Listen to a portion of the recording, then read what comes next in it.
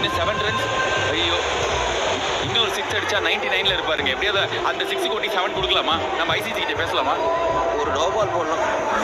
ஒரு no ball கண்டிப்பா போடுவார். தூபே அதெல்லாம் கேப்பபிள் தான். பால் வேணா, பட் நல்லா ஆடிக்காருங்க. இவரை பத்தி கொஞ்சம் பாராட்டணும். ஆமா ஆமா, கொஞ்சம் ஆஃப் பாராட்டுங்க. தனி ஒரு மனிதனா நின்று ஜிம்பாப்வே தூக்கிட்டு போயிருக்காரு. இந்த ஒரு நிலவை மட்டும் 180 அடிச்சிட்டாங்க. ஆமாங்க, நல்ல ஸ்கோரு. ஆமாங்க, நல்லா சேஸ் பண்ணிருக்காங்க. ஆமாங்க. காரணம் பென்னட் தான்.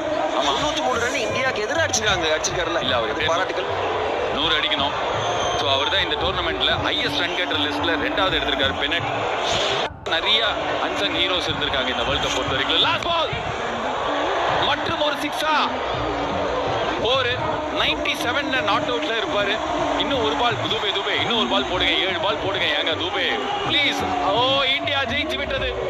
ரொம்ப கஷ்டமான ஒரு போட்டியா பார்க்கப்பட்ட, ஏன்னா சவுத் ஆப்பிரிக்கா கிட்ட தோத்ததுக்கு அப்புறம் செமிஃபைனல்ஸ் போகுமா அப்படின்னும் போது India back on the winning ways. 72 ரன்கள் வித்தியாசத்துல ஜிம்பாப்வேவை ஜெயிச்சிருக்காங்க. வியாழக்கிழமை நல்ல கிழமையா இருந்திருக்குங்க. முதல்ல பாத்தீங்கன்னா சவுத் ஆப்பிரிக்கா வின் பண்ண வேண்டிய கட்டாயம் இருந்தது.